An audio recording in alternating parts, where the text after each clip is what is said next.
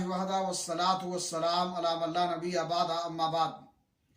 اسلامی بھائیوں، کسی کو اللہ رب العالمین نے مال و دولت سے نوازا ہو تو اس کا عملی شکریہ یہ ہے کہ اسے اللہ رب العالمین کے حکم کے مطابق نیکی کے راستوں میں خرچ کرے۔ اسی طرح سے جس کو اللہ رب العالمین نے علم و حکمت کی دولت دی ہو اور علم سے نوازا ہو، قرآن کا علم عطا کیا ہو، تو اس کا شکریہ یہ ہے کہ اس پر وہ عمل کرے اور دوسرے لوگوں تک اسے پہنچائے اور اس کی تعلیم دے۔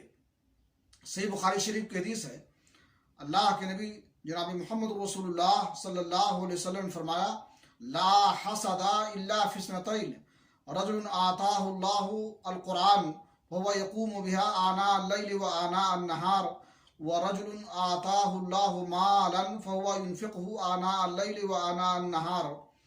کہ دو خصلتیں ایسی ہیں جن پر رشک کرنا جائز ہے۔ ایک اس آدمی کی خصلت پر جس کو اللہ رب العالمین نے قرآن کا علم عطا کیا ہو تو وہ رات کی گھڑیوں میں اس پر عمل کرتا ہو اور دن میں بھی عمل کرتا ہو۔ دوسرا وہ شخص جس کو اللہ رب العالمین نے مال عطا کیا ہو تو وہ رات کی گھڑیوں میں اسے اللہ کی مرضی کے مطابق خرچ کرتا ہو اور دن میں بھی اسے اللہ کے راستوں میں خرچ کرتا ہو۔